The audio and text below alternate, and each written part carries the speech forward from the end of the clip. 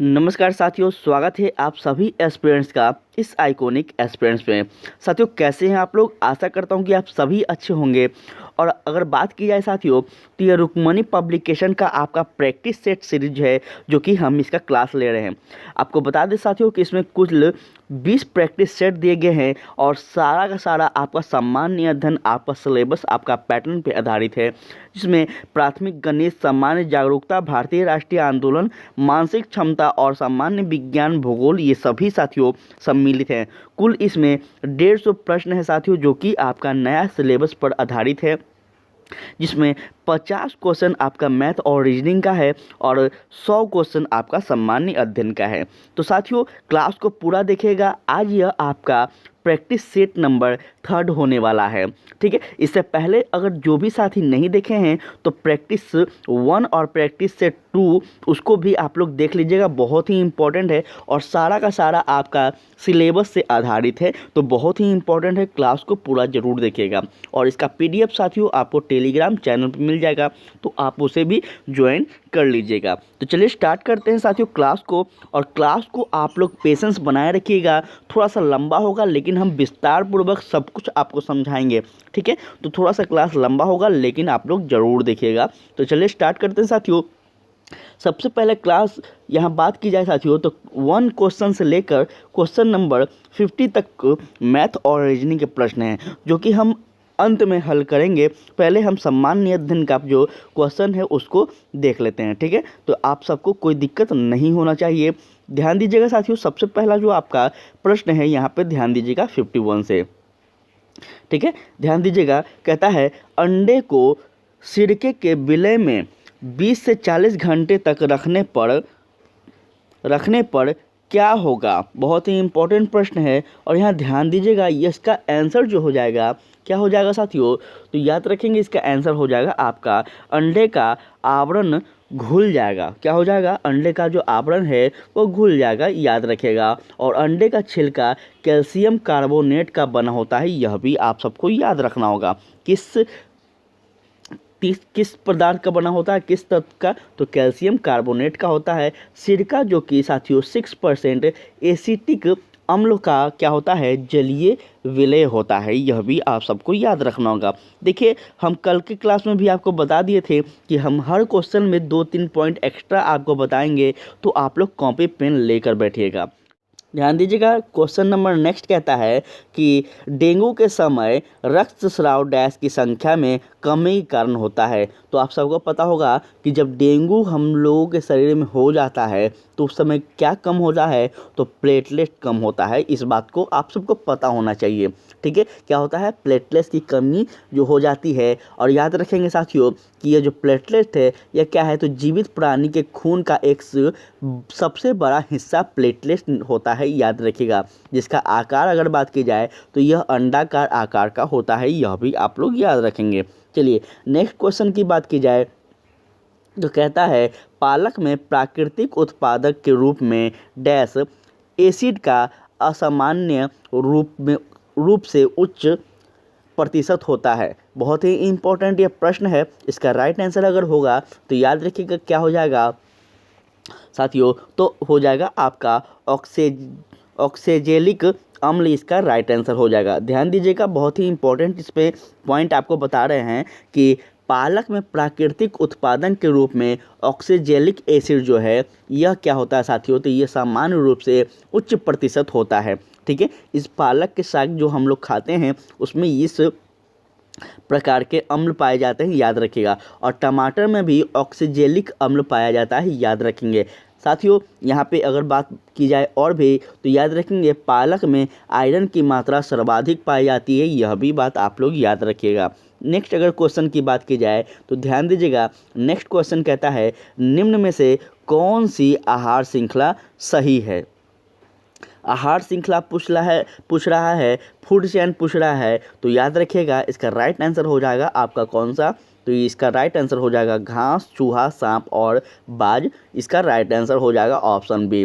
ठीक है, चलिए उसके बाद अगर बात की जाए नेक्स्ट क्वेश्चन की तो ध्यान देंगे, नेक्स्ट प्रश्न कहता है यहाँ पे साथियों गोइटर डैश की बीमारी है। गोइटर जो है यह अंडमाला डैश की बीमारी है? इसका राइट आंसर अगर बात की जाए तो हो जाएगा आपका थायराइड ग्रंथि। ठीक है, थायराइड ग्लैंड जो होता है साथियों, याद रखिएगा इसमें क्या होता है समझेंगे कि गोइटर थायराइड ग्रंथि की एक बीमारी है जो कि भोजन में आयोडीन की कमी से घेगा रोग उत्पन्न होता है। आप सबको पता होना चाहिए इस बात को। ठीक है, और इससे थायराइड ग्रंथि के आकार में बहुत ज़्यादा वृद्धि हो जाती है, इसी को घेगा रोग कहा जाता है। ठीक है, उसके बाद अगर बात की जाए नेक्स्ट क्वेश्चन की तो ध्यान दीजिएगा।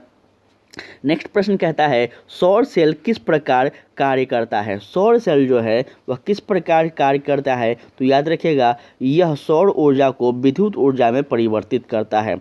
ठीक है, तो इसका राइट आंसर क्या हो जाएगा? आपका ऑप्शन बी हो जाएगा। याद रखिएगा सौर सेल और सौर ऊर्जा को विद्युत ऊर्जा में परिवर्तित करता है। विश्व में कुल, याद रखिएगा विश्व में कुल ऊर्जा स्थिर है और ऊर्जा उत्पन्न किया जा सकता है और ना ही समाप्त किया जा सकता है। अगर बात की जाए कि ऊर्जा का केवल रूपांतर किया जा सकता है, यह भी याद रखिएगा। ठीक है, अगर बात की जाए और भी इसके बारे में तो याद रखेंगे सूर्य पृथ्वी पर ऊर्जा का सर्वप्रमुख स्रोत है। कौन है? आपसे पूछ देगा कि पृथ्वी पर प्राकृतिक रूप से ऊर्जा का मुख्य स्रोत क्या है, तो याद रखना होगा आप सभी को कि सूर्य है। नेक्स्ट अगर क्वेश्चन की बात की जाए तो ध्यान दीजिएगा। नेक्स्ट प्रश्न कहता है आपका वायु की अपर्याप्त मात्रा में जीवाश्म ईंधन के दहन के फलस्वरूप कौन सी गैस निर्मित होती है? तो इसका याद रखेंगे साथ ही क्या हो जाएगा आपका? इसका राइट आंसर हो जाएगा आपका कार्बन मोनोऑक्साइड। ठीक है, बहुत ही इंपॉर्टेंट ये प्रश्न था, याद रखेंगे। कार्बन मोनोऑक्साइड जो है, याद रखिएगा इसको कि वायु की अपर्याप्त मात्रा में जीवाश्म ईंधन के दहन के फलस्वरूप कार्बन मोनोऑक्साइड जो गैस है यह क्या होता है? निर्मित होता है। और कार्बन मोनोऑक्साइड एक रंगहीन गैस है, यह भी याद रखिएगा। कौन सा गैस है कार्बन मोनोऑक्साइड? तो एक रंगहीन गैस है और इसका सूत्र की अगर बात की जाए तो CO होता है। ठीक है, यह भी आप सभी याद रखिएगा। नेक्स्ट क्वेश्चन कहता है कि जठर अम्ल डैश द्वारा पेट में स्रावित होता है। जठर अम्ल डैश द्वारा पेट में स्रावित होता है। इसका याद रखिएगा क्या हो जाएगा आपका? तो पार्श्विक कोशिका। ठीक है, पार्श्विक कोशिकाओं में क्या होता है साथियों? याद रखिएगा कि जठर अम्ल पार्श्विक कोशिकाओं द्वारा पेट में स्रावित होता है। और यह भी याद रखिएगा आप सभी इसके बारे में कि जठर रस हल्का पीला रंग का अम्लीय द्रव्य होता है। ठीक है, चलिए उसके बाद अगर नेक्स्ट क्वेश्चन की बात की जाए तो कहता है विटामिन ए की कमी से का परिणाम है। विटामिन ए की कमी का परिणाम क्या है? तो याद रखिएगा ये इसका राइट आंसर हो जाएगा आपका वर्णांधता। ठीक है, आपका ऑप्शन सी जो है इसका राइट आंसर हो जाएगा साथियों कि विटामिन ए की कमी से रतौंधी रोग होती है। और विटामिन ए की कमी से आपका अगर बात की जाए तो साथियों और भी अनेक रोगी होती है। अगर इसकी बात की जाए रासायनिक नाम की तो रेटिना जो है यह विटामिन ए का रासायनिक नाम रेटिना है। ठीक है, ये सभी चीज़ आप लोग याद रखिएगा, वेरी वेरी इंपॉर्टेंट प्रश्न है ये सभी। चलिए उसके बाद अगर बात की जाए नेक्स्ट क्वेश्चन की तो ध्यान दीजिएगा। कहता है पृथ्वी की ऊपरी सतह में सबसे अधिक मात्रा में पाया जाने वाला तत्व डैश है। इसको याद रखेंगे, इसका राइट आंसर हो जाएगा आपका ऑक्सीजन जो है, इसका राइट आंसर हो जाएगा। भूपटरी पर सर्वाधिक मात्रा में ऑक्सीजन पाया जाता है और भूपटरी पर ऑक्सीजन की अगर मात्रा की बात की जाए तो याद रखेंगे 46.60% है। ठीक है, इसको आप लोग कहीं लिखते चलिएगा, बहुत ही यह इम्पॉर्टेंट फैक्ट है। भूपटरी पर ऑक्सीजन के बाद सबसे अधिक मात्रा में सिलिकॉन पाया जाता है, जिसका अगर प्रतिशत की बात की जाए तो 27.72% है। ठीक है, चलिए उसके बाद अगर बात की जाए तो नेक्स्ट क्वेश्चन पे ध्यान दीजिएगा। कहता है दही जमने के लिए कौन जीवाणु उत्तरदायी है? दही जमने के लिए जो जीवाणु उत्तरदायी है वो कौन सा है? तो याद रखिएगा लैक्टोसिलिस एसिडोफिल्ड जो है यह आपका जिम्मेदार है, याद रखेंगे। लैक्टोवेलियन बैक्टीरिया मानव शरीर में भी पाया जाता है, याद रखेगा। और बैक्टीरिया मानव के लिए लाभदायक भी होता है, इसको भी आप सभी याद रखेंगे। उसके बाद अगर बात की जाए तो ध्यान दीजिएगा, एक पाउडर शहद बनाने के लिए मधुमक्खियों को लगभग कितने फूलों से मधु एकत्रित करना होता है? बहुत ही इम्पोर्टेंट है। एक पाउडर शहद बनाने के लिए मधुमक्खियों को लगभग कितने फूलों से मधुमक्खियों को मधु एकत्रित करना होता है? तो इसका राइट आंसर हो जाएगा, आप याद रखिएगा, क्या हो जाएगा? तो इसका हो जाएगा 2 मिलियन। क्या हो जाएगा? आपका 2 मिलियन हो जाएगा। समझ रहे हैं? 2 मिलियन, इतना मतलब आपको समझ सकते हैं कितना उनके लिए ये टफ काम होता है। तो इसका राइट आंसर ये हो जाएगा। बात की जाए अगर आगे, तो ध्यान दीजिएगा, शैवाल मानव जाति के लिए उपयोगी है क्योंकि ये क्या है? तो याद रखिएगा, यह आपका हो जाएगा क्या? तो ऑक्सीजन के निर्माण में सहायक होगी। ठीक है, इसलिए क्या होता है? तो याद रखिएगा, सहायक होते हैं, इस बात को याद रखिएगा। और शैवाल परहरित शुष्क सरल संवहन उत्तर रहित क्या है? यह पदार्थ है। याद रखिएगा, शैवाल जड़, तना एवं पत्तियों का अभाव होता है। इसको भी आप सभी याद रखेंगे। नेक्स्ट अगर बात की जाए तो कहता है पर्यावरण की रक्षा के लिए 3 आर है। पर्यावरण की रक्षा के लिए 3 आर है। थोड़ा सा यह प्रश्न आपको लग रहा होगा अटपटा, समझेंगे 3 आर का मतलब कहना क्या चाहता है। देखिए, पर्यावरण की रक्षा के लिए क्या है, यहाँ ध्यान दीजिएगा, आपका रिड्यूस, और आपका क्या है, रिसाइकल और रिव्यूज। ये जो है आपका 3 आर है, इसी प्रकार से याद रखिएगा। बात की जाए नेक्स्ट क्वेश्चन की, तो ध्यान देंगे, कहता है प्रतिक्रिया PbO प्लस सी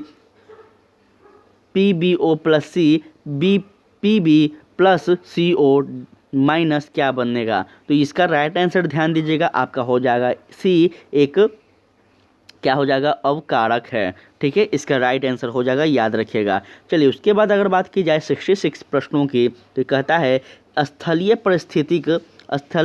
परिस्थितिकी में हरे पेड़ पौधे सूर्य के प्रकाश की ऊर्जा का लगभग डैश ग्रहण करते हैं। इसका राइट आंसर ध्यान में रखेंगे आप सभी, क्या हो जाएगा? तो इसका राइट आंसर हो जाएगा आपका 1%। ठीक है, याद रखिएगा, स्थलीय परिस्थितिकी में हरे पौधे सूर्य के प्रकाश की ऊर्जा का लगभग 1% ग्रहण करता है और सूर्य इस पृथ्वी का पर सबसे ऊर्जा का सर्वप्रमुख स्रोत है। यह भी बात आप सभी याद रखिएगा। अगर बात की जाए नेक्स्ट क्वेश्चन की, तो ध्यान दीजिएगा, नेक्स्ट प्रश्न कहता है कि निर्जन वन प्राप्त में उगने वाले बिच्छू बूटी के पौधे अपनी सुरक्षा के लिए डैश का उपयोग करते हैं। बहुत ही इम्पोर्टेंट यह क्वेश्चन है और इसका राइट आंसर ध्यान सभी लोग रखेंगे, क्या हो जाएगा आपका? तो इसका राइट आंसर हो जाएगा आपका साथियों रोए। ठीक है, रोए जो है यह आपका राइट आंसर हो जाएगा। समझेंगे इसको डिटेल में थोड़ा सा कि निर्जन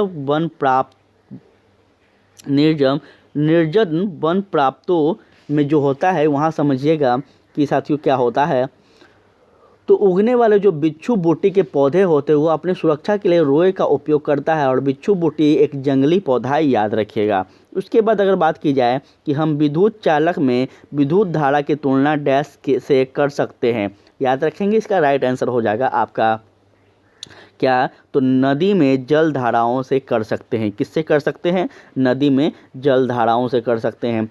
टेर्लिन डैश टेर्लिन डैश का एक प्रकार है। टेर्लिन जो है यह क्या है? तो याद रखिएगा, आपका इसका राइट आंसर हो जाएगा आपका, याद रखिएगा, पॉलिस्टर है। क्या है? टेर्लिन जो है यह एक प्रकार का पॉलिस्टर है और पॉलिस्टर जो है यह क्या होता है? तो याद रखिएगा, एक पॉलिस्टर एक संश्लिष्ट करने के लिए दो हाइड्रोजिक OH माइनस OH और माइनस COOH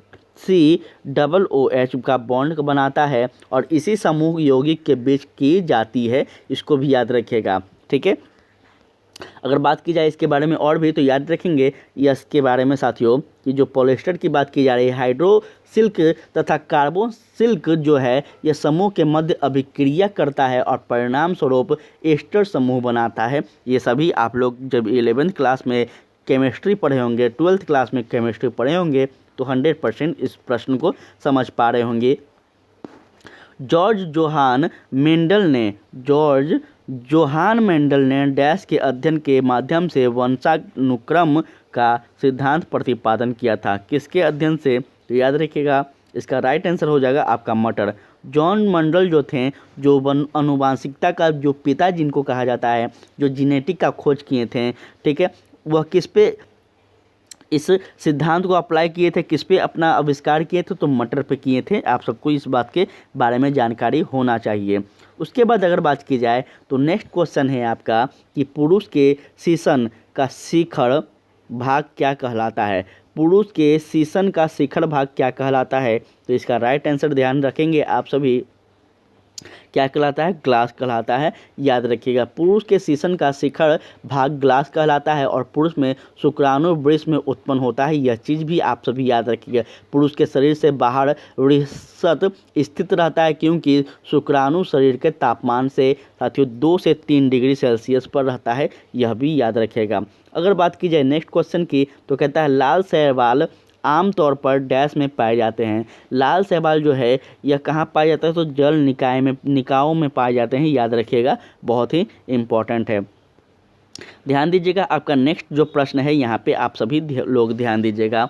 नेक्स्ट क्वेश्चन कह रहा है यहाँ पे कि स्वाद में खट्टे खाद्य पदार्थ की प्रतिक्रिया होती है क्या। तो याद रखेंगे, स्वाद में खट्टे खाद्य पदार्थ की प्रकृति होती है क्या। तो याद रखिएगा, इसका राइट आंसर हो जाएगा आपका क्या, अम्लीय। ठीक है, क्या होगा, अम्लीय हो जाएगा, एसिटिक हो जाएगा। स्वाद में खट्टे खाद्य पदार्थों की प्रकृति जो होती है वो अम्लीय होती है।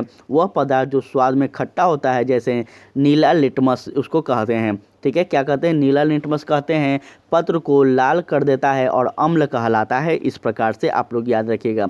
इसमें अगर बात की जाए तो आपका संतरा आ जाएगा, नींबू आ जाएगा, ये सभी आ जाएगा, आंवला आ जाएगा। तो इस प्रकार से आप लोग याद रखेगा। किसी क्षेत्र की जैव विविधता के बेहतर मापक है। किसी क्षेत्र की जैव विविधता के बेहतर मापक कौन है, तो याद रखिएगा आपका वहाँ पाई जाने वाली प्रजातियाँ की संख्या जो होती है यह आपका बेहतर मापक है। याद रखेंगे। बात की जाए नेक्स्ट क्वेश्चन की, ध्यान दीजिएगा आप सभी लोग।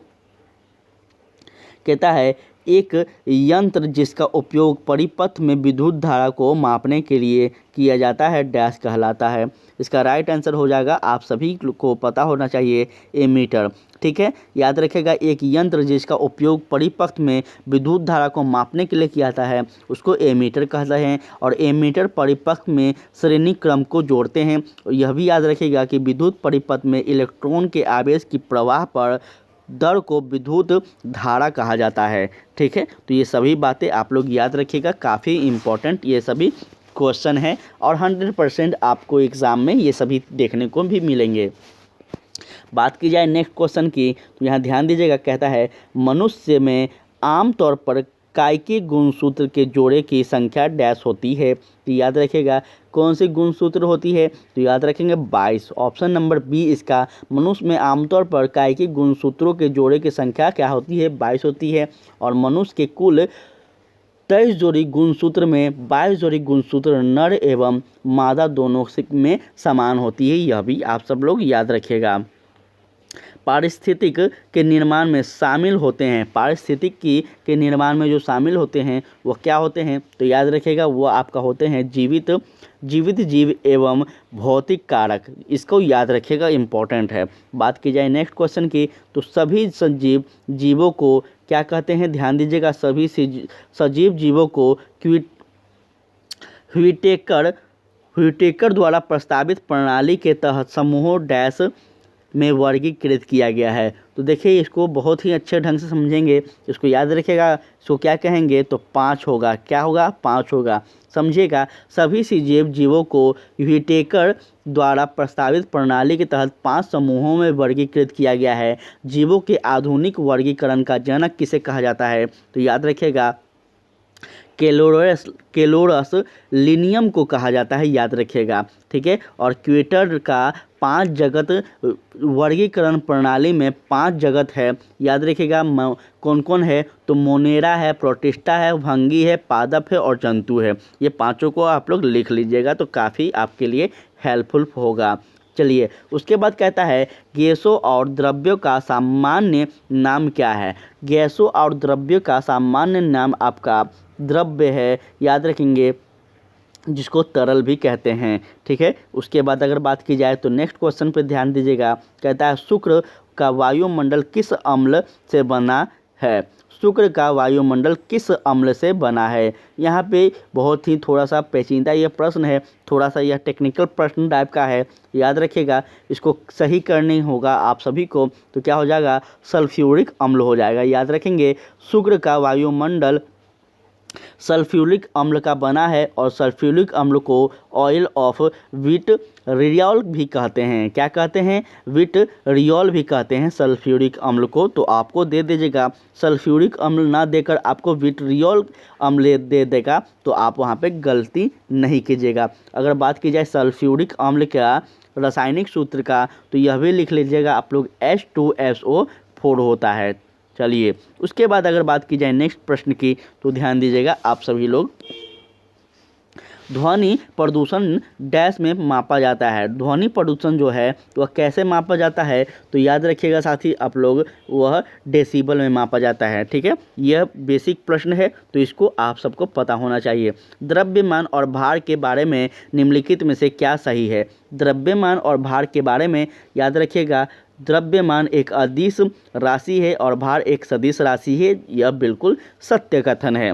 चलिए, उसके बाद अगर बात की जाए, निम्नलिखित में से कौन सा पादप जगत से संबंधित नहीं है? तो इसको राइट आंसर हो जाएगा आप सभी के लिए, क्या हो जाएगा? याद रखिएगा, फफूंदी जो है साथियों, इसका राइट आंसर हो जाएगा। उसके बाद बात की जाए तो मेलाकाइट डैश का एक अस्चक है। मेलाकाइट जो है यह डैश का अस्चक है। तो याद रखेंगे मेलाकाइट क्या है? तो मेलाकाइट एक तांबा का अस्चक है, जो कि याद रखिएगा तांबा आपका ऑप्शन बी हो जाएगा। ठीक है, चलिए, उसके बाद है कि रक्त का इनमें से कौन सा घटक ऑक्सीजन का परिवहन करता है? रक्त का इनमें से कौन सा घटक ऑक्सीजन का परिवहन करता है? तो याद रखिएगा आरसीबी जो है, मतलब साथियों रेड ब्लड सेल इसको कहते हैं। यह जो है रेड ब्लड सेल, इसमें क्या होता है? तो रक्त में O2 का परिवहन करता है और लाल रक्त कोशिका को एंथ्रासाइट भी कहते हैं। ठीक है, तो आपसे पूछ देगा कि एंथ्रासाइट कौन है? तो याद रखेंगे रेड ब्लड सेल को ही एंथ्रासाइट कहा जाता है। लाल रक्त कोशिका में हीमोग्लोबिन एक महत्वपूर्ण क्या है? प्रोटीन है। याद रखिएगा आप सभी। अगर बात की जाए नेक्स्ट प्रश्न की, तो ध्यान दीजिएगा, नेक्स्ट क्वेश्चन कहता है साथियों कि यहाँ पे ध्यान दीजिएगा, ऑप्थेल्मोल, यहाँ ध्यान दीजिएगा, एक सेकंड यहाँ पे ध्यान दीजिएगा, ऑप्थेल्मोलॉजिस्ट जिसका उपचार करता है। ऑप्थेल्मोलॉजिस्ट जो है इसका किसका? तो आँखों का उपचार करता है। किसका करता है? आँखों का उपचार करता है। याद रखिएगा। अगर बात की जाए नेक्स्ट क्वेश्चन की, तो ध्यान दीजिएगा, नेक्स्ट प्रश्न क्या कहता है कि यहाँ पे ध्यान देंगे, इनमें से कौन सा विषाणु जनित रोग है? इसमें से कौन सा विषाणु जनित रोग है? तो इसका याद रखेंगे, आपका हम कल के क्लास में भी बताए थे कि खसरा जो है यह आपका क्या है? तो विषाणु जनित रोग है। इस बात को याद रखिएगा। ठीक है, और कल के क्लास में हम आपको बताए थे, तो यह भी बताइए था कि किस विषाणु के कारण खसरा रोग होता है, किस विषाणु का, और इसका उपचार क्या है, यह भी बताइएगा। उसके बाद अगर बात की जाए नेक्स्ट, तो कहता है नेक्स्ट क्वेश्चन, ध्यान देंगे, नेक्स्ट क्वेश्चन कहता है आपका कि हवा से कांच के प्रिज्म में प्रवेश करने वाली प्रकाश किरणें किस प्रकार झुकेगी? याद रखिएगा, इसका राइट आंसर हो जाएगा आपका अभिलंब की ओर। किस प्रकार घुसेगी? झुकेगी, तो अभिलंब की ओर झुकेगी। याद रखिएगा, बहुत ही इंपॉर्टेंट है। जब प्रकाश की किरण प्रिज्म से बाहर हवा में निकल जाता है, तो अभिलंब से दूर हो क्या होती है? झुक जाती है। याद रखेगा। और प्रकाश किरणें के एक माध्यम से दूसरे माध्यम में जाने पर अपने मार्ग में विचलन अपवर्तन कहलाता है। यह भी आप सब याद रखेंगे। परावर्तक के दो नियम है, यह बात आप सबको पता होना चाहिए। ठीक है, कौन कौन नियम है आप लोग बताइएगा। नेक्स्ट अगर बात की जाए तो पीतल के विषय में निम्नलिखित में से सही कथन चुनिए। पीतल के विषय में से निम्नलिखित कथन चुनिए। इसका राइट आंसर हो जाएगा आपका क्या? तो यह एक क्या है? तो यह एक कॉपर और जस्ता का मिश्र धातु होता है। ये बात सभी को पता होगा। एक अगर बात की जाए नेक्स्ट क्वेश्चन की, कहता है निम्नलिखित में से ऐसे दो जानवरों के समूह को चुनिए जिनके आगे के दो दांत जीवित पर्यंत वृद्धि करते रहते हैं, अंततः वे अपने दांतों को बहुत लंबा ना होने के देने के लिए वस्तुओं को कुतरने व काटते रहते हैं। 2 ऐसे जानवर को बताएं। तो याद रखिएगा, आप लोग समझ गए होंगे, इसका ऑप्शन देने की ज़रूरत भी नहीं है, लेकिन आप लोग समझ गए होंगे। और इसका राइट आंसर हो जाएगा आपका क्या, तो चूहा और गिलहरी। ठीक है, क्या हो जाएगा, चूहा और गिलहरी। बात की जाए अगर नेक्स्ट प्रश्न की, तो यहाँ ध्यान दीजिएगा, कहता है,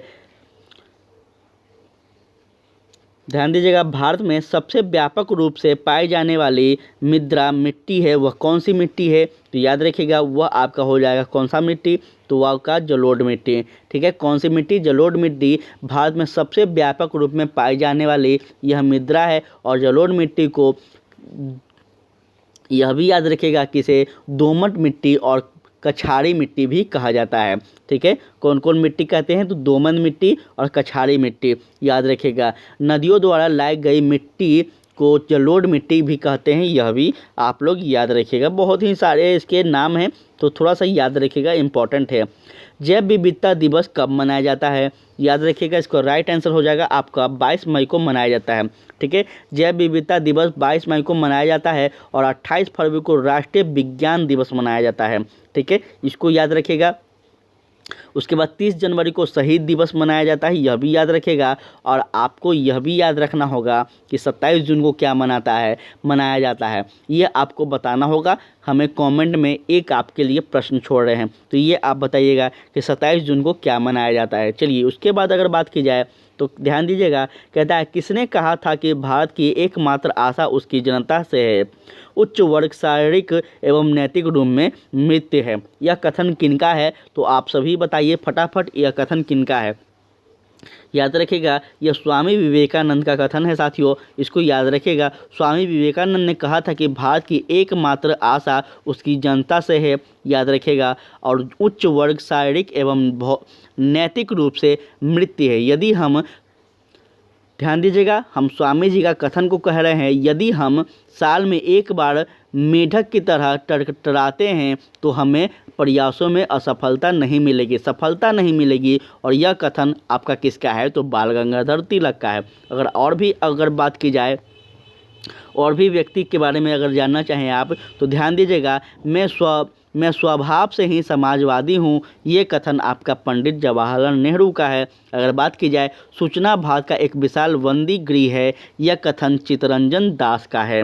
ठीक है, ये सभी कथन को आप लोग याद रखिएगा, काफ़ी इंपॉर्टेंट ये सभी के सभी कथन है। उसके बाद अगर बात की जाए तो ध्यान दीजिएगा, आपका जो नेक्स्ट प्रश्न है, कहता है, निम्नलिखित में से किस लोक नृत्य का संबंध असम राज्य से है। नहीं है, कह रहा है नहीं है, तो याद रखेंगे इसका राइट आंसर हो जाएगा आपका साथियों काठी जो है, यह आपका असम राज्य से संबंधित नहीं है। काठी लोक नृत्य का संबंध असम राज्य से नहीं है। यह जो काठी मध्य प्रदेश का ये क्या है साथियों, लोक नृत्य है, इसको भी आप सभी याद रखिएगा। बात की जाए अगर आगे, तो 20वीं सदी की एक लंबी अवधि तक केंद्रीकृत योजनाबद्ध अर्थव्यवस्था का निकटतम उदाहरण कौन है, इसको याद रखिएगा। इसका राइट आंसर हो जाएगा आपका सोवियत संघ। ठीक है, सोवियत संघ है, याद रखिएगा। बात की जाए अगर आगे, तो कहता है, किस मुगल सम्राट के शासनकाल में के दौरान भारतीय मुगल चित्रों का उद्भव हुआ था। इसको ध्यान में रखेंगे आप सभी लोग। इसका राइट आंसर हो जाएगा आपका क्या, तो याद रखिएगा हुमायूं के शासनकाल में। ठीक है, बहुत ही इंपॉर्टेंट है। अगर बात की जाए हुमायूं के बारे में, तो याद रखिएगा, मुगल सम्राट हुमायूं के शासनकाल में भारतीय मुगलों चित्र का उद्भव हुआ था और चित्रकला विभाग की स्थापना अकबर के शासनकाल में हुई थी। यह भी आप लोग याद रखिएगा, आपसे पूछ देगा कि चित्रकला विभाग की स्थापना किसके शासन काल में की गई थी। ठीक है, इसको याद रखिएगा। और आगे अगर बात की जाए तो यह भी याद रखिएगा कि जहांगीर चित्रकला का एक विशेषज्ञ था। ठीक है, जहांगीर चित्रकला क्या था, एक विशेषज्ञ था। और आगा खान के नेतृत्व में आगरा में चित्रकला की स्थापना जहांगीर ने करवाया था। यह भी सभी आप लोग बातें याद रखिएगा। बात की जाए अगर नेक्स्ट क्वेश्चन की, तो ध्यान दीजिएगा, शाहजहां के 4 पुत्र में से किसे 52 उपनिषदों अनुवाद का श्रेय जाता है, इसको याद रखिएगा। बहुत ही इंपॉर्टेंट प्रश्न है और यह आपका होगा आपका दारा। ठीक है साथियों, शाहजहां के चारों पुत्रों में से दारा को 52 उपनिषदों का अनुवाद का श्रेय जाता है। यह भी आप लोग याद रखिएगा, बहुत ही इंपॉर्टेंट है। इंग्लिश ईस्ट इंडिया कंपनी ने जहांगीर के शासनकाल में भारत का पहला कारखाना कहाँ स्थापित किया था? तो याद रखिएगा, इसका राइट आंसर हो जाएगा आपका सूरत में। साथियों, सूरत में सबसे पहला कोठी स्थापित किया गया था ईस्ट इंडिया कंपनी के द्वारा, जो कि आप सबको पता होना चाहिए। कब किया गया था यह भी आप सबको पता होना चाहिए। 1608 ईस्वी में किया गया था। ठीक है, कब किया गया था? 1608 ईस्वी में प्रथम फैक्ट्री स्थापित की गई थी ईस्ट इंडिया कंपनी का। उसके बाद अगर बात की जाए तो ध्यान दीजिएगा, आप नेक्स्ट प्रश्नों पे यहाँ पे थोड़ा सा यहाँ पे क्लियर हो जाने दीजिए, फिर हम आपको कहता है लोकसभा के लिए कितना कोरम होता है? साथियों, लोकसभा के लिए कितना कोरम है याद रखिएगा, इसको याद रखिएगा, बहुत ही इंपॉर्टेंट ये प्रश्न है। और इसका राइट आंसर हो जाएगा आपका कुल सदस्यों का 10वां भाग जो है, याद रखिएगा। लोकसभा के लिए कोरम कुल सदस्यों का 10वां भाग है। और लोकसभा की जो सीट है याद रखिएगा कि यह कार्यवाही शुरू करने के लिए कुल संख्या का 10वां भाग, साथियों याद रखिएगा, 1/10 का जो है यह उपस्थित होना अनिवार्य है। ठीक है, अर्थात कोरम प्रारंभ नहीं हो पाएगा। अनुच्छेद 100 के अंतर्गत संसद के दोनों सदनों हेतु कोरम का उल्लेख किया गया है। यह भी कथन आप सभी याद रखेंगे। बात की जाए नेक्स्ट प्रश्न की तो कहता है भारतीय संविधान की 8वीं अनुसूची में निम्नलिखित में से कौन सी भाषा निर्दिष्ट नहीं है? तो याद रखेंगे, आपका राइट आंसर हो जाएगा इसका क्या? अंग्रेजी भाषा निर्दिष्ट नहीं है, इसको याद रखिएगा। ठीक है, बहुत ही इंपॉर्टेंट है। अगर बात की जाए नेक्स्ट, तो निम्न में से किस वर्ष कृषि मूल्य आयोग की स्थापना की गई थी? इसका राइट आंसर हो जाएगा आपका ऑप्शन बी, 1965 में। ध्यान देंगे साथियों कि 1965 में क्या हुआ था, तो कृषिगत उपजों की कीमतों पर सरकार को सलाह देने हेतु 1965 में कृषि मूल्य आयोग की स्थापना की गई थी। और वर्ष 1985 में कृषि मूल्य आयोग का नाम बदलकर कृषि लागत और मूल्य आयोग कर दिया गया है, इसको भी याद रखिएगा। उसके बाद अगर बात की जाए तो ध्यान दीजिएगा, नेक्स्ट क्वेश्चन है कि स्वतंत्रता से पूर्व कौन सा भारतीय क्षेत्र काली पानी के नाम से जाना जाता था? बहुत ही इंपॉर्टेंट है, काला पानी, सॉरी साथियों, काला पानी। यही काला पानी का सज़ा हमारे भारत के कई स्वतंत्रता सेनानियों ने इस सज़ा को झेला है। साथियों, यह बहुत ही भयानक, बहुत ही दुखद और बहुत खतरनाक यह सज़ा था, अंग्रेजों को द्वारा दिया जाता था। यह कहाँ पे था याद रखिएगा, यह आपका अंडमान और निकोबार में था। कहाँ था साथियों? अंडमान निकोबार द्वीप समूह था। पहले इसको काला पानी के नाम से जाना जाता था। अब स्वतंत्र भारत के बाद यह काला पानी नाम हटकर क्या हो गया? अंडमान निकोबार हो गया, जो कि एक बहुत ही सुंदर जगह अब हो गया है। पहले यह बहुत ही खराब जगह था, यहाँ पे सिर्फ सज़ा के नाम से जाना जाता था। जो लोग यहाँ इस जेल में जाते थे वह मुश्किल से ही जीवित होकर वापस आते थे, इसको याद रखिएगा। ध्यान दीजिएगा, नेक्स्ट जो प्रश्न कहता है फ्लोर क्रॉसिंग से क्या तात्पर्य है? बहुत ही इंपॉर्टेंट है, इसका याद रखिएगा। आपका संसद या विधानमंडल में एक सदन के सदस्य का दूसरे सदन में सम्मिलित हो जाना, इसका क्या है? फ्लोर क्रॉसिंग का तात्पर्य होता है, याद रखिएगा। ठीक है, बहुत ही इंपॉर्टेंट ये प्रश्न था, तो याद रखिएगा इसको। नेक्स्ट अगर बात की जाए तो कहता है मुल्ला पेरियार बांध का विवाद किन राज्यों से संबंधित है? मुल्ला पेरियार बांध जो है यह साथियों किन राज्यों से संबंधित है? तो याद रखिएगा, इसका राइट आंसर हो जाएगा आपका तमिलनाडु और केरल राज्य। ठीक है, तमिलनाडु और केरल राज्य से संबंधित विवाद है, इसको याद रखिएगा। निम्न में से किसे वैज्ञानिक समाजवाद का श्रेय जाता है? तो इसका आंसर हो जाएगा आपका कार्ल मार्क्स को वैज्ञानिक समाजवाद का श्रेय जाता है, याद रखिएगा इसको आप सभी, बहुत ही इंपॉर्टेंट है। डैश को सामान्य रूप से सेल, लंबवा या ढाल से गिरने वाली मिट्टी से बृहद संरचना के रूप में परिभाषित किया जाता है, याद रखिएगा कौन सा हो जाएगा? तो यह आपका हो जाएगा आपका साथियों क्या हो जाएगा? भूस्खलन, यह आपका राइट आंसर हो जाएगा। याद रखिएगा, भूस्खलन को सामान्य रूप से सेल, मलबा या ढाल से गिरने वाली मिट्टी से बृहद संरचना के रूप में परिभाषित की जाती है, इस बात को आप सभी याद रखेंगे। अगर बात की जाए नेक्स्ट प्रश्न की तो कहता है, यहाँ ध्यान दीजिएगा, एक सेकेंड, हाँ चलिए, उसके बाद आपका जो नेक्स्ट प्रश्न है यहाँ ध्यान दीजिएगा आप सभी, कहता है निम्न में से किस विद्वान ने स्वतंत्रता के प्रारंभिक वर्षों को कि भारत की दलीय व्यवस्था का एक दलीय प्रभुत्व वाली व्यवस्था के रूप में वर्णन किया है। याद रखिएगा, इसका राइट आंसर हो जाएगा कौन हो जाएगा? रजनी कोठारी हो जाएगा। याद रखिएगा, रजनी कोठारी हो जाएगा। याद रखिएगा, रजनी कोठारी में अगर बात की जाए तो रजनी कोठारी ने स्वतंत्रता को प्रारंभिक वर्षों की भारत की दलीय व्यवस्था और एक दलीय प्रभुत्व वाली व्यवस्था के रूप में क्या क्या है वर्णित किया है। याद रखिएगा। अगर बात की जाए नेक्स्ट तो याद रखेंगे कि बिहार राज्य के बिहार राज्य के अगर बात की जाए तो गीत के रचयिता कौन है? स्टेट सॉन्ग के रचयिता कौन है? याद रखेंगे, इसका राइट आंसर हो जाएगा आपका सत्यनारायण। कौन हो जाएंगे? सत्यनारायण, जो कि वेरी वेरी इंपॉर्टेंट है। यह प्रश्न आप लोग बिल्कुल भी मत छोड़िएगा, बहुत ही इंपॉर्टेंट यह क्वेश्चन है।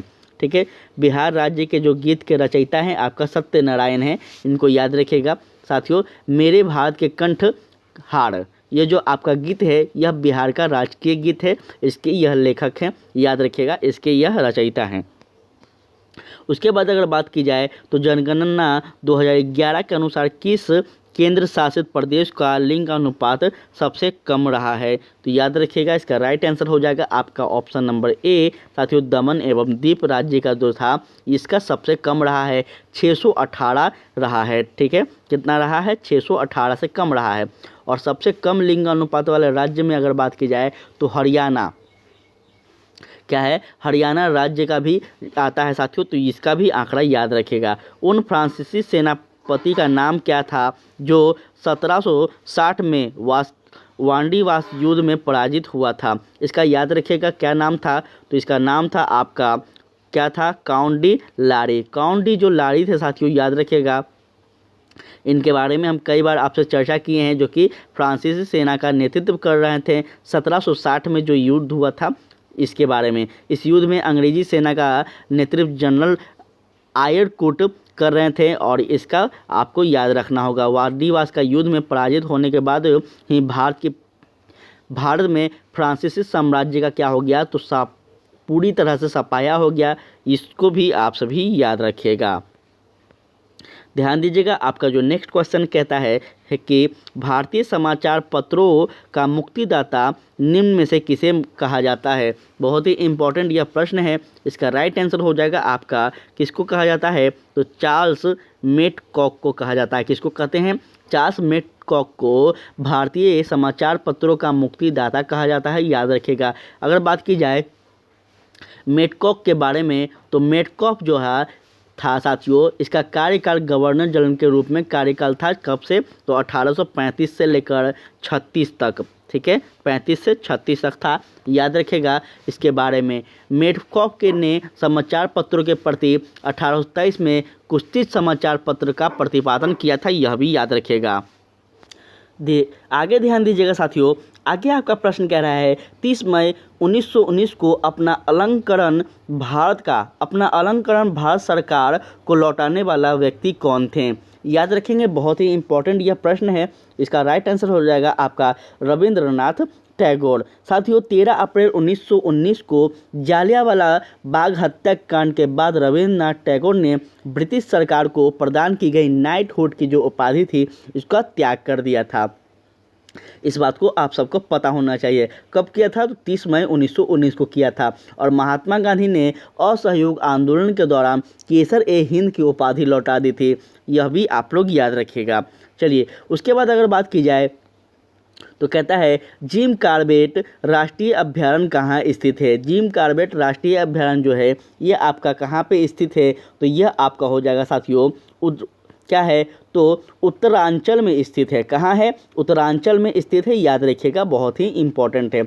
जिम कॉर्बेट अभयारण्य जो है ये आपका उत्तरांचल में स्थित है और जिम कॉर्बेट के नाम पर रखा गया है, यह भी याद रखिएगा। 1936 में साथियों जिम कॉर्बेट द्वारा बनाया गया था, इसलिए इसका नाम भी जिम कॉर्बेट रखा गया है। चलिए, उसके बाद है कि भारत में सूचना का अधिकार है। भारत में जो सूचना का अधिकार है साथी, आप सबको पता होना चाहिए कि यह जो है आपका यह क्या है, तो विविध अधिकार है, इसको याद रखना होगा आप सभी को। ठीक है, अगर बात की जाए इसके बारे में तो सूचना का अधिकार की बात की जाए तो यह 2005 में बनाया गया कानून था, जो कि सर्वोच्च न्यायालय ने कहा था कि सूचना का अधिकार मौलिक अधिकार तो नहीं है लेकिन मौलिक अधिकार के समान ही है। इसलिए आप सबको यह बात पता रखना चाहिए कि सूचना का अधिकार हमारा मौलिक अधिकार नहीं आता है, लेकिन उसके समान ही यह सर्वोच्च न्यायालय के द्वारा माना गया है।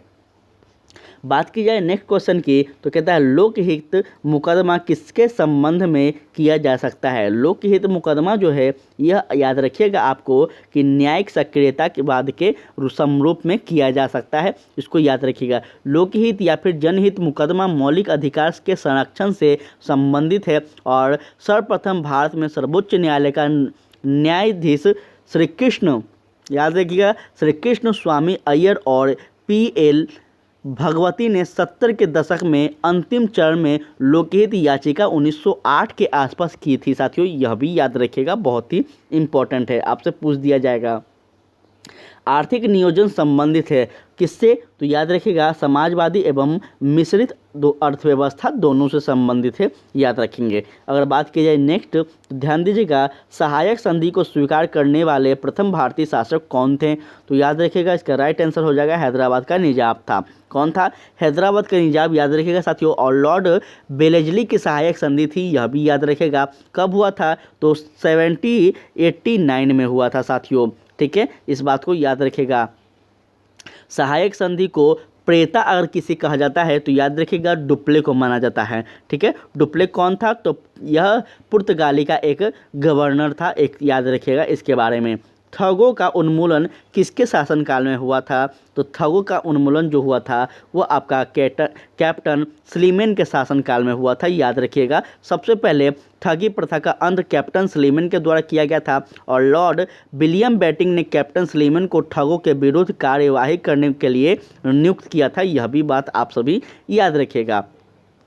अगर आगे चलें तो आगे आपका जो नेक्स्ट प्रश्न है वहाँ पे ध्यान दीजिएगा। प्रश्न कहता है इनमें से वह प्रथम नेता कौन थे जिन्होंने भारत में मजदूर आंदोलन को संगठित किया था, तो इसका राइट आंसर हो जाएगा साथियों आप सभी का, याद रखेगा कौन हो जाएंगे, तो AN लोखंडे हो जाएंगे, याद रखेंगे साथियों। अगर बात की जाए इनके बारे में तो प्रथम नेता AN लोखंडे जिन्होंने भारत में मजदूर आंदोलन को संगठित किया, और यह भी याद रखेगा कि बॉम्बे मिल हेड एसोसिएशन भारत की पहली ट्रेड यूनियन के संस्थापक AM लोखंडे थे, जिसका स्थापना की अगर बात की जाए तो 1890 ईस्वी में हुआ था।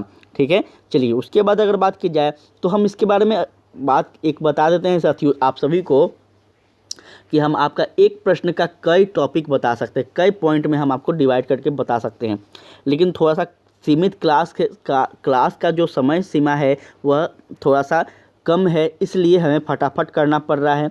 ठीक है, तो आप लोग बिल्कुल भी ऐसा ना सोचें कि हम आपको बताने से भाग रहे हैं, थोड़ा सा समय सीमा का निर्धारण रहता है, इसलिए हमको जाना पड़ता है जल्द से जल्द। अगर ज़्यादा लंबा क्लास भी दे देंगे तो आप लोग नहीं देखेंगे, यही मजबूरी है मेरा भी। स्वाधीनता के पुत्र पुत्रिका नामक संस्था स्थापित की गई, स्वाधीनता के पुत्र पुत्रिका नामक संस्था स्थापित की गई, तो याद रखेंगे कौन सा, वह अमेरिका स्वतंत्रता संग्राम के दौरान। ठीक है, स्वाधीनता के पुत्र पुत्रिका नामक संस्था अमेरिका के स्वतंत्रता संग्राम के द्वारा स्थापित की गई थी, और बोस्टन की चाय पार्टी का संबंध यह भी याद रखेगा आपका, यह सैमुअल एड्स से है, और बोस्टन की चाय पार्टी का घटना कब हुआ था, तो 1773 में हुआ था, यह भी याद रखिएगा। ये सारे के सारे मिले जुले चीज़ हैं, तो आपको हम बता रहे हैं। उसके बाद अगर बात की जाए तो ध्यान दीजिएगा कितने म्याम तोड़ के साथ अंतर्राष्ट्रीय दिनांक रेखा निर्धारित की जाती है, यह बहुत ही बेहतर प्रश्न है। इसका राइट आंसर हो जाएगा आपका 180 डिग्री। साथियों 180 डिग्री याम तोड़ के पूर्व में समय जोड़ा जाता है और पश्चिम की समय में घटाया जाता है, यह भी याद रखिएगा। ठीक है, तांबा अयस्कों के लिए विख्यात क्षेत्र निम्नलिखित में से किस राज्य में स्थित है, तो इसका राइट आंसर हो जाएगा आपका राजस्थान राज्य में स्थित है। ठीक है, जहाँ पे साथियों याद रखेंगे तामा एक्ट जो है वह बहुत ही फेमस है, इसको भी याद रखिएगा। तामा राजस्थान के झुनझुनवाला जिला में अवस्थित है, यह भी आप लोग डिटेल में याद रखिएगा। चलिए फटाफट आगे बढ़ते हैं।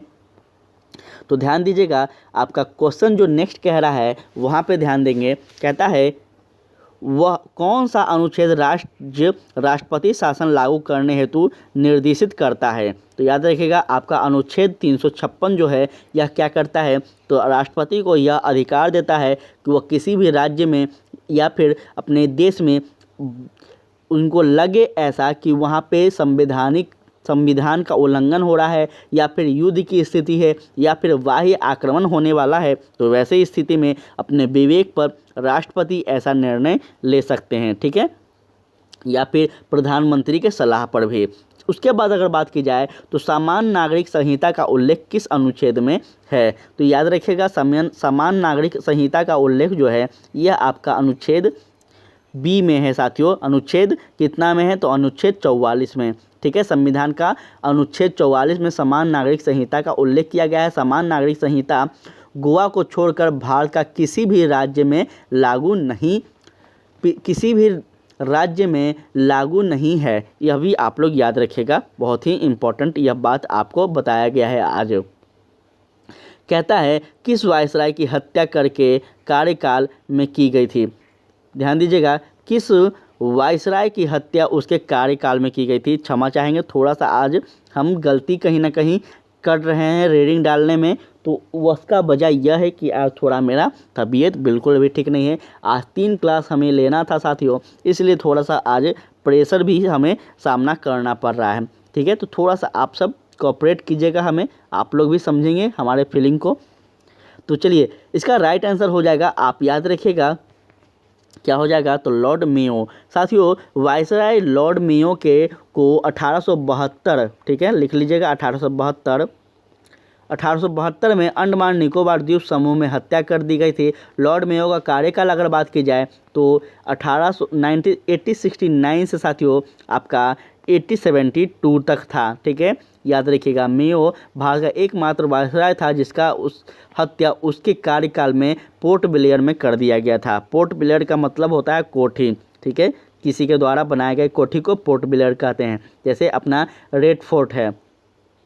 उसके बाद अगर बताया जाए तो मेंटेक्यू चेम्सफोर्ड प्रस्ताव किससे संबंधित है, तो याद रखिएगा मेंटेक्यू चेम्सफोर्ड जो प्रस्ताव है यह आपका किससे संबंधित है, तो याद रखिएगा संवैधानिक सुधार से संबंधित है। किससे संबंधित है, संवैधानिक सुधार से संबंधित है। याद रखिएगा इस बात को कि भारत शासन अधिनियम 1919 को मोंटेक्यू चेम्सफोर्ड सुधार के नाम से जाना जाता है, यह भी बात आप सभी याद रखेंगे। बिहार में प्रायः कैसी मिट्टी पाई जाती है, तो बिहार में आपको कैसी मिट्टी पाई जाती है, जलोढ़ मिट्टी पाई जाती है। याद रखिएगा हम कल के क्लास में भी बताए थे आप सभी को, नवीन जलोढ़ मिट्टी को खादर एवं पुरानी जलोढ़ मिट्टी को बांगर मिट्टी कहा जाता है, यह भी आप सभी याद रखिएगा।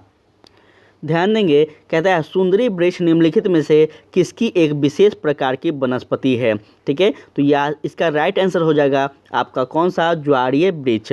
ज्वारीय वृक्ष के बारे में अगर बात की जाए तो सुंदरी वन ज्वारीय वृक्ष का वन का विशेषता है। सुंदरी वन पश्चिम बंगाल में डेल्टा क्षेत्र में पाया जाता है, यह भी याद रखिएगा। सुंदरी वन जो कि विश्व की सबसे विस्तृत गरान वन क्षेत्र में से एक है, यह सभी आप लोग बात को याद रखिएगा। कहता है बिहार के किस बजट में जेंडर बजट शामिल था। बिहार के किस बजट में जेंडर बजट शामिल था, तो आप सबको पता होना चाहिए कि इसका राइट आंसर हो जाएगा आपका साथियों क्या, तो 2005 के और 6 के बजट में क्या था, तो यह आप लोग याद रखिएगा कि बिहार में प्रथम जेंडर जो बजट था 2000 आपका साथियों कब था, तो इसका राइट आंसर हो जाएगा आपका 2005-6 में, ठीक है, लागू किया गया था। ये बहुत ही इम्पोर्टेंट है। उसके बाद अगर बात की जाए नेक्स्ट प्रश्न, तो ध्यान दीजिएगा चंपारण कृषक जांच समिति का सदस्य निम्नलिखित में से कौन नहीं था। इसका राइट आंसर हो जाएगा आपका क्या, तो अनुग्रह नारायण जो थे साथियों, यह क्या थे, तो याद रखिएगा चंपारण कृषक जांच समिति के सदस्य नहीं थे, इसको याद रखिएगा आप सभी लोग। उसके बाद अगर बात की जाए आप सबसे एक रिक्वेस्ट करना चाहते हैं, आप लोग कमेंट में हमें यह बताया करें साथियों कि क्या आपका सुपर टेट के लिए विस्तार से सिलेबस को पढ़ाने का क्लास स्टार्ट करना चाहिए या फिर नहीं करना चाहिए, आप लोग बताइए। हम प्रयास कर रहे हैं कि आपका सुपर टेट का जो सामान्य अध्ययन का जितना भी पेपर है, जैसे आपका पॉलिटी हो गया, हिस्ट्री हो गया, ज्योग्राफी हो गया, भूगोल हो गया या फिर साइंस का हो गया, तो हम कोशिश कर रहे हैं कि पूरा एकदम विस्तार से आपका सिलेबस को बना रहे हैं ताकि आपको क्लास ले सकें और आपका रेगुलर क्लास पूरा सिलेबस इस प्लेटफॉर्म पे, इस चैनल पे समाप्त हो सके।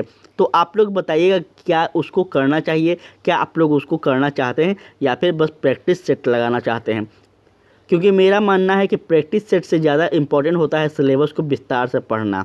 ठीक है, जब पढ़ेंगे ही नहीं तो प्रैक्टिस क्या करेंगे। इसलिए हम कोशिश कर रहे हैं कि हम ये चीज़ कर पाएँ। आप लोग बताइएगा, उसके बाद हम विचार करेंगे। चलिए, अगर ध्यान दीजिएगा आगे की ओर, तो आगे प्रश्न कहता है पृथ्वी का एकमात्र प्राकृतिक उपग्रह है। तो इसका राइट आंसर हो जाएगा आपका, क्या याद रखिएगा, इसका राइट आंसर हो जाएगा आपका साथियों चंद्रमा जो है यह पृथ्वी का एकमात्र क्या है, तो एकमात्र प्राकृतिक उपग्रह है, इसको याद रखिएगा। चलिए आगे बात की जाए तो पृथ्वी की सतह का कितना भाग समुद्र तल से प्राप्त होता है, याद रखेंगे। इसका राइट आंसर हो जाएगा आपका कितना प्रतिशत, तो 29% होता है साथियों, याद रखिएगा। पृथ्वी के 29% भाग समुद्री तल से प्राप्त होता है। उत्तरी गोलार्ध में स्थल की प्राधान्यता है, इसलिए इसे स्थलीय गोलार्ध भी कहते हैं। ठीक है, और इसमें ग्लोब का 61% भाग स्थलीय है, यह भी कथन आप सभी याद रखेंगे। कोयला किस प्रकार का चट्टान है, कोयला जो है साथियों यह किस प्रकार का चट्टान है, तो याद रखिएगा कोयला जो है यह आपका अवसादी चट्टान है, याद रखिएगा, जो कि पृथ्वी की सतह से कठोर भाग को चट्टान कहते हैं और जो पृथ्वी को भी बाहरी परत की संरचना की मूलभूत इकाई होती है। उत्पत्ति के आधार पर चट्टानों को 3 भागों में विभाजित किया गया है, आग्नेय चट्टान, अवसादी चट्टान और आंतरिक चट्टान। ठीक है, तो ये सभी चट्टान को आप सबको पढ़ना है ज्योग्राफी में। अगर बात की जाए, ध्यान दीजिएगा आगे, तो कहता है बिहार में पहला कांग्रेस अधिवेशन कहाँ हुआ था। इसका राइट आंसर हो जाएगा आपका बांकीपुर में हुआ था साथियों, बांकीपुर पटना में हुआ था, याद रखिएगा। कब, तो 1912 ईस्वी में हुआ था, यह भी याद रखिएगा। अगर बात की जाए कि इस अधिवेशन में कौन कौन से लोग पार्टिसिपेट किए थे, तो याद रखिएगा राघव बहादुर रघुनाथ नरसिंह मुधेवाड़ा की अध्यक्षता में बांकीपुर में क्या हुआ था, इसका अधिवेशन हुआ था, इसको याद रखिएगा। जिसके महासचिव कौन थे, तो डॉक्टर सच्चिदानंद सिन्हा थे। चलिए उसके बाद अगर बात की जाए आगे, तो ध्यान दीजिएगा आपका नेक्स्ट क्वेश्चन है कि 1857 का प्रथम स्वतंत्रता संग्राम पुस्तक के लेखक कौन है, बहुत ही इंपॉर्टेंट है। इसका राइट हो जाएगा साथियों answer VD. Savarkar. VD. Savarkar ने साथियों 1857 का प्रथम स्वतंत्रता संग्राम पुस्तक के लिखा है, याद रखिएगा। और विनायक दामोदर सावरकर द्वारा लिखी गई 1857 के भारतीय विद्रोह पर आधारित पुस्तक 1857 की स्वतंत्रता की लड़ाई 1909 में प्रकाशित हुई थी, यह भी आप सभी याद रखिएगा। ध्यान दीजिएगा आगे, बहुत ही इंपॉर्टेंट प्रश्न है आपका। कहता है वह हड़प्पाकालीन नगर जिसका प्रतिनिधित्व लोथल का पुरातत्व स्थल करता है किस नदी तट पर स्थित है, याद रखेंगे। इसका राइट आंसर हो जाएगा आपका भोगवा नदी। साथियों भोगवा नदी का नाम आप सभी लोग सुने होंगे, यह वहीं पर स्थित है, याद रखिएगा। उसके बाद कहता है निम्न में से अजात शत्रु के वंश का क्या नाम है, तो हर्यक वंश का था साथियों, याद रखिएगा। अजात शत्रु जो था यह हर्यक वंश का क्या था, हर्यक वंश से संबंध रखता था, याद रखिएगा। ठीक है, और इसके पिता का नाम क्या था साथियों, तो यह आप लोग बताइएगा कि इनके पिताजी का नाम क्या था। साथियों अजातशत्रु का उपनाम याद रखिएगा कुनिक था। ठीक है, और यह हर्यक वंश के संस्थापक इनके पिताजी का नाम बिंबिसार था, याद रखिएगा। बिंदुसार का गलती मत कीजिएगा, बिंदुसार अशोक के पिता थे और बिंबिसार यह हर्यक वंश के क्या थे साथियों, अजातशत्रु के पिता थे। ठीक है, तो यहाँ पे गलती मत कीजिएगा। बिंदुसार मौर्य साम्राज्य के थे और बिंबिसार आपका कौन थे, तो हर्यक वंश के थे। ठीक है, तो ये सभी को गलती को नहीं कीजिएगा, क्योंकि हम भी जब पढ़ते थे तो हम भी कई बार ये गलती कंफ्यूज होते थे। उसके बाद अगर बात की जाए तो कहता है निम्न में से किस वंश की शासिका रानी दिद्दा थी, बहुत ही इंपॉर्टेंट है। और यह इसका राइट आंसर हो जाएगा आपका क्या हो जाएगा, तो उत्पल वंश। ठीक है, रानी दिद्दा उत्पल वंश की एक महत्वाकांक्षी शासिका थी। कश्मीर में उत्पल वंश की स्थापना कब हुआ था? तो 855 से, साथियों लिख लेते चलेंगे, 855 से 883 ईस्वी के आसपास हुआ था, याद रखिएगा। उत्पल वंश के शासक क्षेमेंद्र गुप्त गद्दी पर बैठा था, यह भी आप लोग याद रखिएगा, बहुत ही इम्पोर्टेंट है। अब कुछ समसामयिक घटना है जो कि आपके सामने है करेंट अफेयर का। 16 फरवरी 2023 से किसने जीपीएस के नए महानिदेशक का कार्यभार संभाला है? बहुत ही इंपॉर्टेंट ये प्रश्न है और इसका राइट आंसर हो जाएगा आपका विक्रम देव दत्त के द्वारा। ठीक है, याद रखिएगा, विक्रम दत्त देव के द्वारा इस पद को संभाला गया है। कहता है अंडर 19 महिला T20 विश्व कप का पहला संस्करण किस देश ने जीता है? तो याद रखिएगा, इसका राइट आंसर हो जाएगा आपका भारत ने जीता है। साथियों याद रखिएगा, किसने जीता है? तो भारत ने जीता है। उसके बाद अगर नेक्स्ट क्वेश्चन की बात की जाए तो कहता है, ध्यान दीजिएगा कि फीफा विश्व कप 2026 में की मेजबानी का अधिकार किस देश ने जीता है?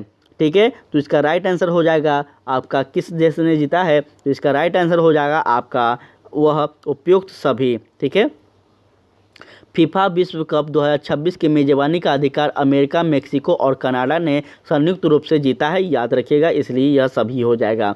ठीक है, चलिए उसके बाद अगर बात की जाए तो नेक्स्ट प्रश्न कह रहा है, BCC Indian sports women of the year पुस्तक 2022 के किसने जीता है? तो याद रखेंगे, इसका ऑप्शन अगर आप देखना चाहें तो यहाँ ध्यान दीजिएगा, इसका ऑप्शन यहाँ पे ध्यान दीजिएगा, इसका राइट आंसर हो जाएगा आपका कौन सा?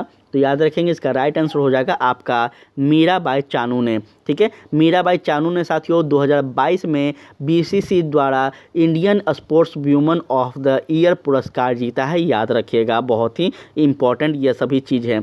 अगर बात की जाए आगे तो ध्यान दीजिएगा, H good H my world नामक पुस्तक के लेखक कौन हैं? ठीक है, फिर से बता दें आपको, as good as my word के पुस्तक के जो लेखक हैं या कौन हैं? तो याद रखिएगा, इसका राइट आंसर हो जाएगा आपका कौन है? तो यह हो जाएंगे KM चंद्रशेखर साथियों। ठीक है, KM चंद्रशेखर के द्वारा आपका as good as my word लिखा गया है पुस्तक, याद रखिएगा। नेक्स्ट अगर बात की जाए तो महाराष्ट्र राज्य सरकार ने किस शहर में भिखारी मुक्त शहर नामक पहल शुरू की है? इसका राइट आंसर हो जाएगा आपका साथियों क्या हो जाएगा? तो नागपुर में की है, याद रखेगा। ठीक है, नागपुर में किया गया है, याद रखेगा, बहुत ही इम्पोर्टेंट यह है। उसके बाद अगर बात की जाए तो वित्त वर्ष 2023 में किस राज्य ने भारत के सभी राज्यों में उत्पादन के लिए सर्वाधिक GI टैक्स हासिल किया है? तो इसका राइट आंसर हो जाएगा आपका साथियों केरल। ठीक है, वित्त वर्ष 2023 में केरल राज्य ने भारत के सभी राज्यों में उत्पादन हेतु सर्वाधिक GI टैग हासिल किया है, याद रखिएगा, इसको बहुत ही इंपॉर्टेंट है।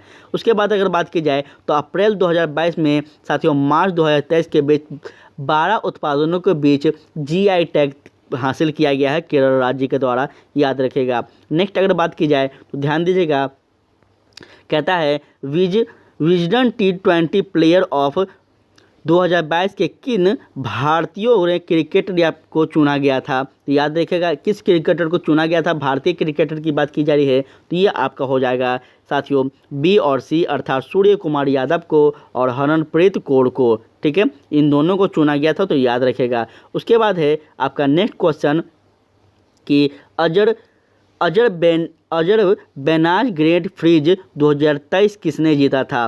ठीक है, फिर से बता दें, अजर बेनाज ग्रैंड प्रिक्स किसने जीता था 2023 का? तो इसका राइट आंसर हो जाएगा आपका किसने जीता था? तो सर्जियो पेरेज ने जीता था, याद रखिएगा। 2023 में यह विजेता थे, इसको याद रखिएगा। अगर बात की जाए साथियों कि नेक्स्ट क्वेश्चन 1 से 5 दिसंबर 2023 तक ग्लोबल आयुर्वेद फेस्टिवल का आयोजन 5वां संस्करण कहाँ आयोजित होगा? तो याद रखिएगा, इसका राइट आंसर हो जाएगा आपका तिरुवनंतपुरम में हो जाएगा। ठीक है, याद रखिएगा यह कहाँ होगा, तिरुपुरम में हो जाएगा। और यह आयोजन का विषय हेल्थ केयर में उभरती चुनौती और एक पूर्ण स्थान आयुर्वेद का है, यह भी आप सभी याद रखिएगा। तो इस प्रकार से आपका जीएस का जो प्रश्न है वो समाप्त होता है। आपको यहाँ पे आंसर की दिया गया है, तो आप सभी लोग यहाँ से आंसर को मिलान कर लीजिएगा, क्या सही है क्या गलत नहीं है। ठीक है, इसका पीडीएफ आप सभी को टेलीग्राम पे मिल जाएगा, तो आप लोग मिलान कर लीजिएगा। चलिए फटाफट हम लोग चलते हैं साथियों मैथ और रीजनिंग के प्रश्नों की ओर। ठीक है, तो यहाँ ध्यान दीजिएगा, आपका मैथ और रीजनिंग का प्रश्न है, यहाँ पे आप सभी लोग ध्यान दीजिएगा। हम फटाफट इस मैथ और रीजनिंग के क्वेश्चन में साथियों आपको बताते चलेंगे, आप लोग फटाफट इसको घर पे बैठकर पीडीएफ मिल जाएगा, आप लोग सही करते चलिएगा। तो सबसे पहला यहाँ पे प्रश्न नंबर पहला का कह रहा है साथियों क्या है, तो इसका प्रश्न नंबर पहला का आंसर हो जाएगा ए, पहला दूसरा का हो जाएगा बी, तीसरा का हो जाएगा साथियों यहाँ पे ध्यान देते चलिएगा, तीसरा का हो जाएगा आपका बी। ठीक है, हम इसी प्रकार से फटाफट आपको बताते चलेंगे। देखिए मैथ का जो और रीजनिंग का जो प्रश्न होता है यह अभ्यास का प्रश्न होता है, इसलिए साथियों हम नहीं बता रहे हैं। ठीक है, ऐसा बिल्कुल भी मत सोचिएगा कि हम आपको ऐसे ही ए बी करके निकल जा रहे हैं, ऐसा नहीं है, यह अभ्यास का चीज़ है, इसलिए आप लोग अभ्यास कीजिएगा तो अच्छा होगा। क्योंकि अभी एक मैथ बताने में कई ज़्यादा टाइम लग जाएगा, और 1 घंटा से ड्यूरेशन का ज़्यादा क्लास आप लोग देखिएगा नहीं, इसलिए मेरा मजबूरी है। प्रश्न नंबर 4 का अगर बात की जाए तो इसका साथियों आंसर हो जाएगा आपका ऑप्शन डी। 5 का अगर बात की जाए तो इसका आंसर हो जाएगा आपका ऑप्शन ए। 6 का बात की जाए तो इसका आंसर हो जाएगा आपका डी। और 7 का अगर बात की जाए तो इसका आंसर हो जाएगा आपका साथियों डी। ठीक है, तो इनमें से आप सभी लोग देखते चलिएगा, हम आपको पीडीएफ दे देंगे, आप लोग घर पे बैठकर ज़रूर बनाएगा, और आप लोग कोशिश कीजिएगा कि अधिक से अधिक आप मैथ को सॉल्व करें, क्योंकि आपका मैथ थोड़ा सा लेवल का पूछा जा रहा है, यह बात सच है। इसका राइट आंसर हो जाएगा ए। 9 का हो जाएगा आपका डी। 10 का हो जाएगा आपका ए। 11 का हो जाएगा आपका डी। 12 का हो जाएगा आपका, ध्यान दीजिएगा यहाँ पे, 12 का हो जाएगा आपका, 12 का हो जाएगा साथियों आपका ए। और 13 का हो जाएगा आपका बी। 14 का हो जाएगा आपका साथियों यहाँ पे डी। 14 का हो जाएगा आपका डी। 15 का हो जाएगा आपका सी। 16 का हो जाएगा आपका ए। 16 का हो जाएगा ए। 17 का हो जाएगा आपका सी। 18 का हो जाएगा आपका बी। 19 का हो जाएगा आपका ए। 20 का हो जाएगा आपका बी। 20 का हो जाएगा आपका बी। और 21 का हो जाएगा आपका ए। ध्यान दीजिएगा, 21 का हो जाएगा आपका ए। 22 का हो जाएगा आपका बी। 23 का हो जाएगा आपका सी। 23 का हो जाएगा आपका 23 का हो जाएगा आपका डी। और 24 का भी डी। 25 का आपका हो जाएगा, 26 का हो जाएगा आपका, 26 का हो जाएगा आपका सी। 27 का हो जाएगा आपका सी। 28 का हो जाएगा आपका डी। 29 का हो जाएगा आपका बी। 30 का हो जाएगा आपका, 30 का हो जाएगा आपका सी। और 31 का हो जाएगा ए। ठीक है, चलिए आगे अगर बात की जाए तो समझेंगे, आगे का आपका जो प्रश्न कहता है यहाँ पे समझिएगा। 32 का हो जाएगा आपका, ठीक है, पीडीएफ हम आपको दे देंगे, आप लोग ज़रूर से बनाएगा, बिल्कुल आप मेरा बात को मत काटिएगा। हम कह रहे हैं आपको मैथ और रीजनिंग आपको बीपीएससी फंसाने की कोशिश करेगा। ठीक है, तो आप लोग ज़रूर से बनाइए, मैथ और रीजनिंग का अभ्यास पूरा कीजिए। अभी आपके पास 1 से 2 महीना है, पूरा इसको घोल लीजिए। और जीएस की बात रहा तो ये हम आपके लिए हैं, हम जो पढ़ाएंगे वो जीएस इनफ है, 100% दावा के साथ कह रहे हैं। बस आप लोग पेशेंस बनाए रखिए इस चैनल पे। तो इसका राइट आंसर हो जाएगा आपका 32 का बी। 33 का अगर बात की जाए तो ए। 34 का अगर बात की जाए तो ध्यान दीजिएगा, 34 का अगर बात की जाए तो ए। 35 का सी। 36 का आपका बी। 36 का आपका बी। 37 का बी। 38 का बी। 39 का बी। 39 का बी, उसके बाद 14 का आपका है, 14 का आपका ए, 41 का सी, 42 का आपका है बी, 43 का है आपका, ध्यान दीजिएगा, 43 का आपका है बी, और 44 का आपका ए, 45 का आपका है बी, 46 का है आपका डी, ये सभी रीजनिंग का प्रश्न है। और 47 का आपका है डी, 48 का है आपका डी, 49 का, यहाँ ध्यान दीजिएगा, 49 का है आपका ए, और 15 का इस प्रकार से होता है आपका समाप्त, 15 का है आपका डी। ठीक है, तो इस प्रकार से साथियों आपका मैथ और रीजनिंग का होता है समाप्त, और आज आपका होता है प्रैक्टिस सेट नंबर 3 समाप्त। साथियों यहाँ पे लगातार आपका प्रैक्टिस सेट का क्लास चलता रहेगा। ठीक है, पूरा करवाएंगे हम आपको सुपर टेट कंप्लीट, बस आप लोग क्लास में जुड़े रहें और यही प्रयास कीजिए कि इस यूट्यूब फैमिली पे अधिक से अधिक फैमिली को जोड़िए, अधिक से अधिक एस्पिरेंट्स को जोड़िए, ताकि हम और भी आपके लिए विस्तार से और भी बेहतर ढंग से आपका सिलेबस को करवा सकें। ठीक है, हम अपना काम कर रहे हैं, आप लोग भी अधिक काम कीजिए अपना थोड़ा सा। ठीक है, ऐसा ना हो कि सिर्फ पढ़ने के चक्कर में आप लोग थोड़ा सा मेरा भी समझिए, हम काफ़ी मेहनत करते हैं, तो थोड़ा सा आप लोग कोशिश कीजिए कि अधिक से अधिक यूट्यूब फैमिली में लोग जुड़ें। ठीक है, चलिए आज के लिए इतना ही। अगले दिन हम लोग नेक्स्ट अगर प्रैक्टिस सेट का बात करते हैं तो PDF आप सभी टेलीग्राम चैनल पर ले लीजिएगा और अभ्यास कीजिएगा, टान कर पूरा भर कर अभ्यास कीजिए, तभी आपका क्लियर होगा। ठीक है, तो जय हिंद, जय भारत।